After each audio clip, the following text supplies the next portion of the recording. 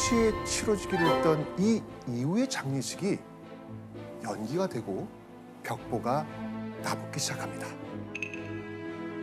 자, 그리고 이 벽보엔 이렇게 쓰여 있었습니다.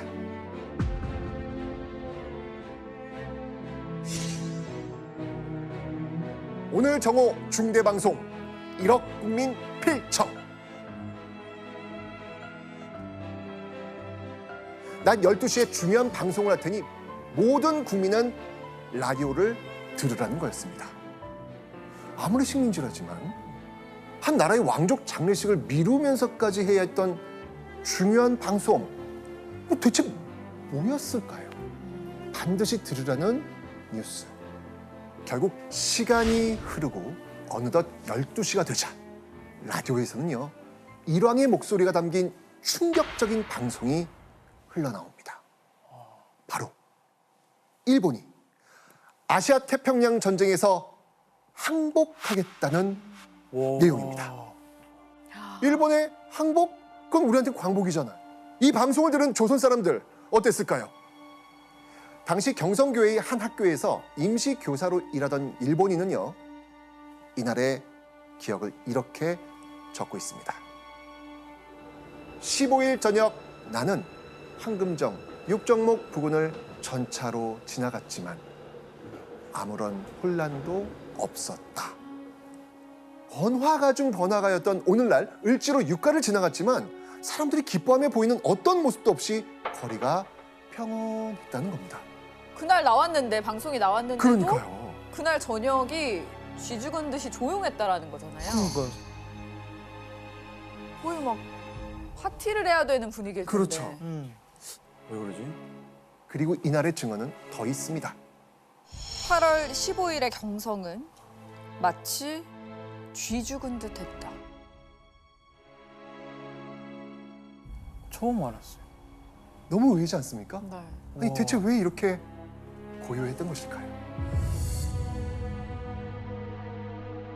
자, 그 이유는요, 당시 방송의 내용을 보시면 알 수 있습니다. 방송 내용이요? 네, 궁금하시죠? 네네.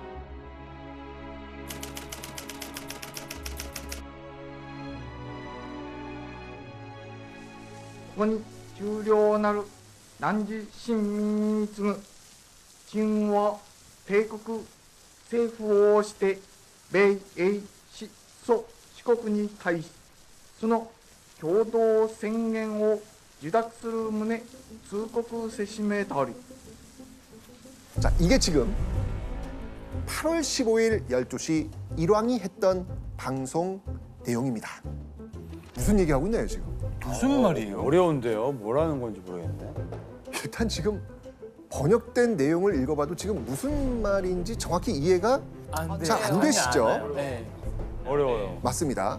똑같아요. 지금 여러분의 이 반응, 1945년 8월 15일 그 당시를 살던 조선인들도 똑같은 반응이었던 거예요. 당시 조선인들도 일왕이 이야기하는 이 방송이 도대체 무슨 말인지 몰랐던 겁니다. 당시 오금 방송이라고 하는 일왕의 방송 자체가 일본 왕실에서나 사용할 법한 굉장히 어려운 용어들이 많이 들어 있었고요.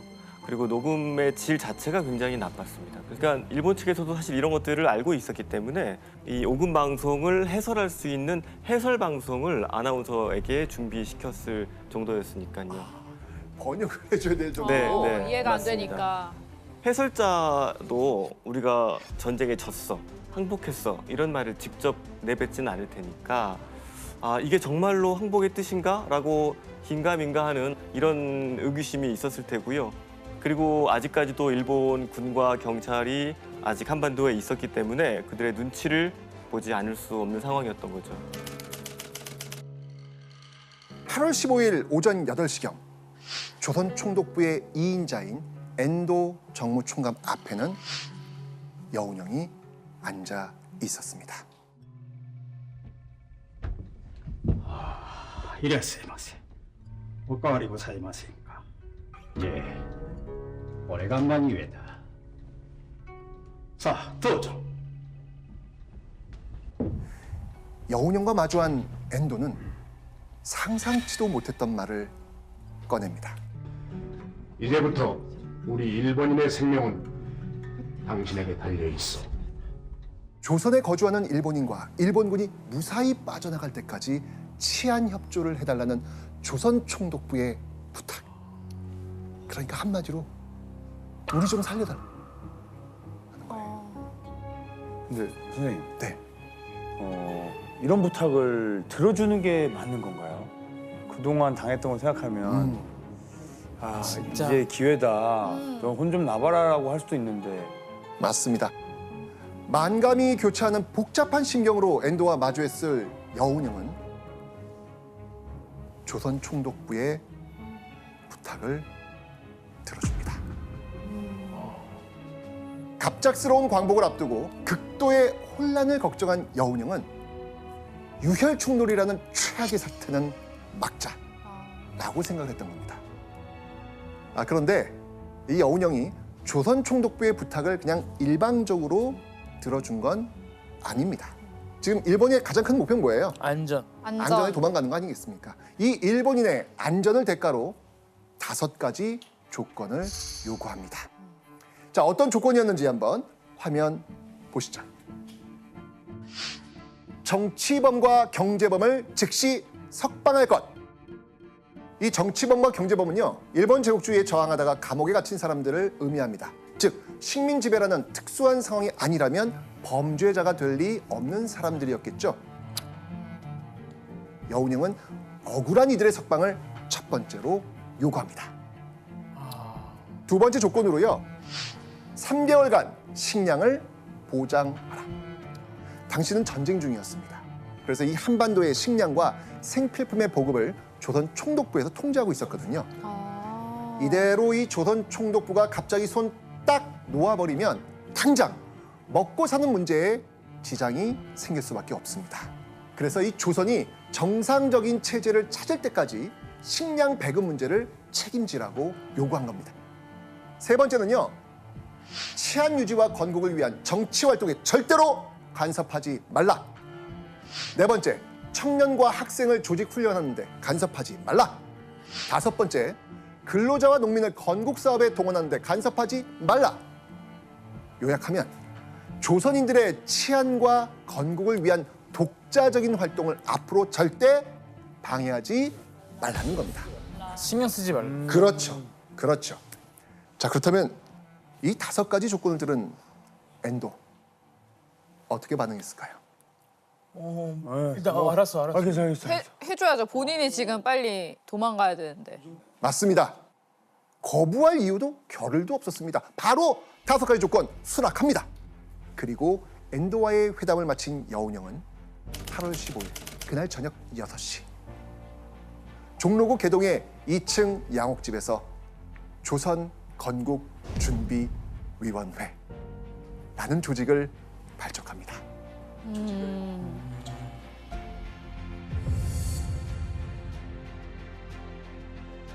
그리고 다음 날인 8월 16일 오전 11시 무렵 이곳에 몰려든 많은 사람들이 애타는 마음으로 굳게 닫힌 철문을 바라보고 있었습니다. 바로 이곳입니다.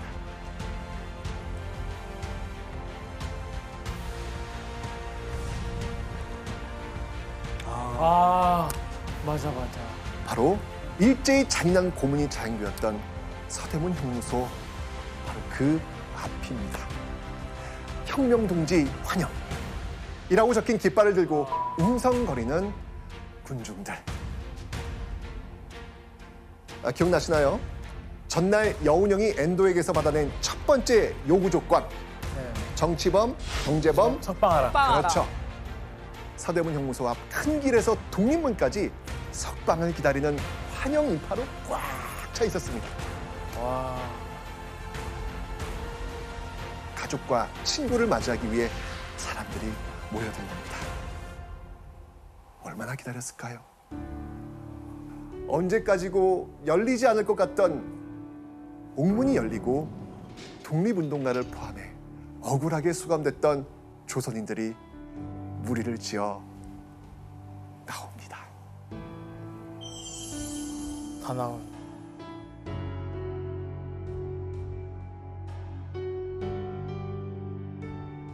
부축을 받고 나오는 등이 굽은 사람에게 여인과 3명의 아이들이 기쁨의 함성을 지르며 달려갔다. 바로 옆에서는 불구가 된 노인에게서 아들의 젊을 때 모습을 어렵게 알아본 어머니가 울다 웃다 하였다.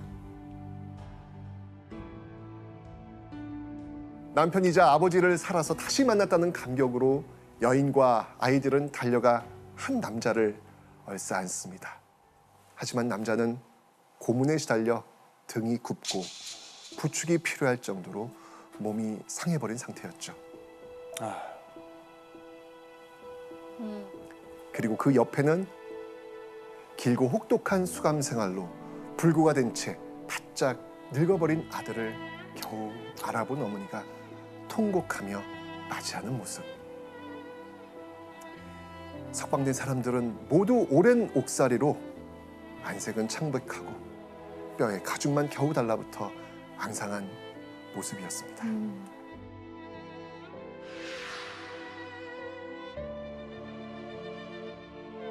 가족을 다시 볼 수 있는 건 너무나 기쁘고 행복한 일이지만 막상 그 모습을 마주했을 때는 진짜 눈물이 마르지 않았을 것 같아요. 정말 노인이 돼서 나왔으니까. 그러니까요. 자, 이렇게 서대문 형무소 앞에서 서로를 끌어안고 울다 웃다 하던 이들은 곧 한 무리가 되어 함께 만세를 외치면서 광화문으로 나가기 시작합니다. 거리를 울리는 소리에 깜짝 놀라 내다본 사람들은요, 수많은 인파와 광복의 기쁨을 적은 깃발을 보고 뛰쳐나오면서 하나, 둘 만세 행진에 합류하면서 함께 만세를 외칩니다. 자, 그리고 만세 행진은요, 점점 더 그 덩치를 불려가면서 광화문에서 종로로, 종로에서 남대문으로 계속해서 나아갑니다. 그간의 울분을 토해내듯 누구의 눈치도 보지 않고 정말 악을 쓰면서 마음껏 만세를 부릅니다. 우리들 이상의 낙토 세우자라는 여운형의 연설이었습니다. 와, 조선인들에겐 정말 희망적인 내용이었죠. 광복을 받았으니까 이 정도는 너무 당연하지 않겠습니까? 그렇죠. 당연하죠. 그죠? 나 이런 신문은 버리지 못할 것 같아요. 네, 이거는 보고 또 봐도 너무 행복할 것 같아요. 그죠? 그런데요, 지금 보고 있는 이 신문에 이 기쁨에 취해 있던 조선인들의 정신을 번쩍 들게 할 만한 충격적인 기사가 함께 실려 있었습니다.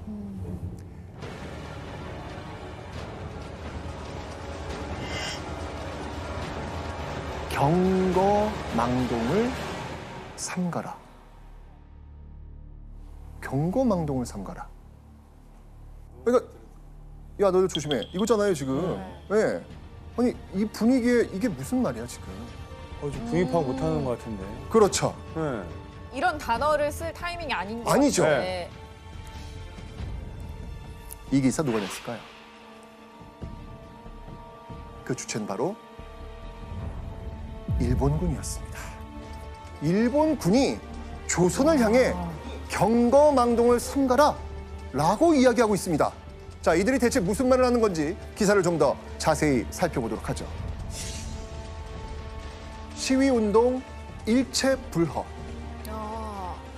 민중들은 절대 자중하라.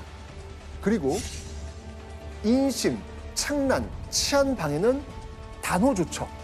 무슨 말일까요? 당시 일본군이 조선인들의 만세 시위를 금지하면서 자제를 명령한 겁니다. 그러면서 만약 지키지 않았을 때는 단호한 조처를 하겠다. 이거 협박 아닙니까? 그러니까요. 그죠? 자, 단호한 조처. 무슨 말일까요? 바로 무력을 사용하겠다는 말입니다. 아니, 되게- 독립된지 해방된지 몰라요, 이분들? 진짜 지금- 사태 파악이 안 되는 거 아닐까요? 지금도 지금 은행 가고 난리 나고 무섭다고 오. 덜덜덜 떨면서 저런 기사를 낸 건데 뭐 이런 기사를 왜 낸 거예요? 네. 조선 총독부와 여운형이 합의한 지 불과 3일째 패전한 일본군이 갑자기 이런 기사를 낸 이유. 당시 조선 주둔 일본군은요, 조선 총독부와 함께 이 식민지배의 큰 축을 담당하고 있었거든요. 자, 근데 조선 총독부는 지금 여운형과 합의를 하고 움직이고 있는 거예요. 그런데 일본군은 미처 조선 총독부의 전략을 몰랐던 겁니다.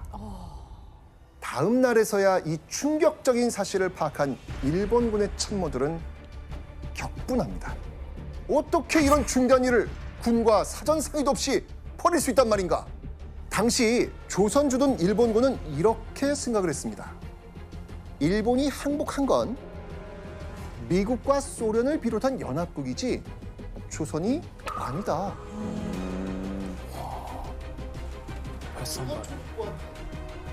우리가 무사하게 귀환하려면 우리가 무장을 유지한 채로 조선인들을 여전히 억압하고 통제한 상태에서 귀환할 수 있다고 판단을 했던 걸로 생각이 됩니다. 그렇게 8월 17일 오전 10시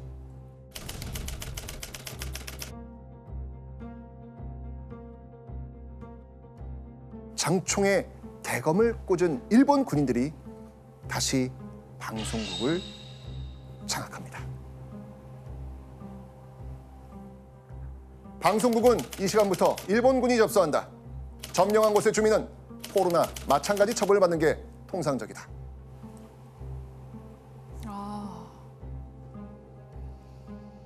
일본군은요, 언론을 통제해서 다시 조선인들의 눈과 귀를 막으려고 했습니다. 조선에 남아있는 일본인들의 안전을 위해서 조선인들 사이에서 들불처럼 퍼져가는 이 광복의 기쁨과 희망을 꺾고 일본의 영향력이 아직 건재하다는 것을 보여주려 했던 것이죠. 일본군의 언론 통제는 시작에 불과했습니다. 일본군은요, 조선인들에 대한 경고 수위를 점점 높여갑니다. 무장한 일본군이 언론사는 물론 경성 곳곳을 점거했고요. 종로 일대에는 무려 일본군의 기관총까지 설치가 됩니다. 와, 싹 장악했네, 진짜. 이제 막 해방의 기쁨을 누리기 시작한 광복 며칠 만에 일본군이 다시 경성을 장악한 겁니다. 뭐야. 또 한편으로는 뭐야, 잠깐 우리가 꿈이었던 건가? 다시 불안한 마음도 좀 있을 것 같아요. 그렇죠. 그게 아닌가, 광복이 아닌가 싶겠죠. 연구위원님, 일본이 전쟁에 졌잖아요. 근데 이렇게 또 막 장악하려 하는 거 이렇게 해도 괜찮은 거예요? 당시 일본군에게는 전투 중지 명령이 내려진 상태였습니다. 군을 직접 동원해서 무력을 행사하면 연합군의 방침에 저촉되고 그리고 종전협정에도 무리가 갈 수 있기 때문에 이 점을 피하면서 조선인들의 저항이라든가 또는 독립운동을, 독립만세 시위를 억압할 방법.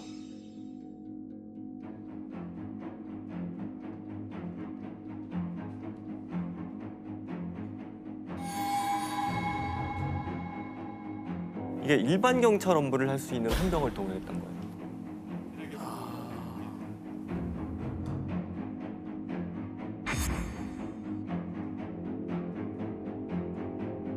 그리고 헌병의 이러한 행위는 일반 경찰 업무를 수행했다라고 나중에 변명할 여지가 있으니까 충분히 이걸 활용했다고 볼 수 있습니다.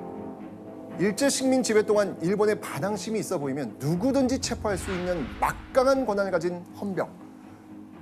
이 광복 직후 2,600여 명 정도였던 조선 주둔 헌병이 약 한 달 만에 6배가 넘는 16,000여 명까지 늘어납니다. 한 달 만에요? 네. 아니, 그러니까 지금 제가 헷갈려서 저희 해방 직후를 보는 거 맞죠? 그러니까. 맞아요. 뭐 이런 일인지 저 생각도 못 했는데. 그렇죠. 예.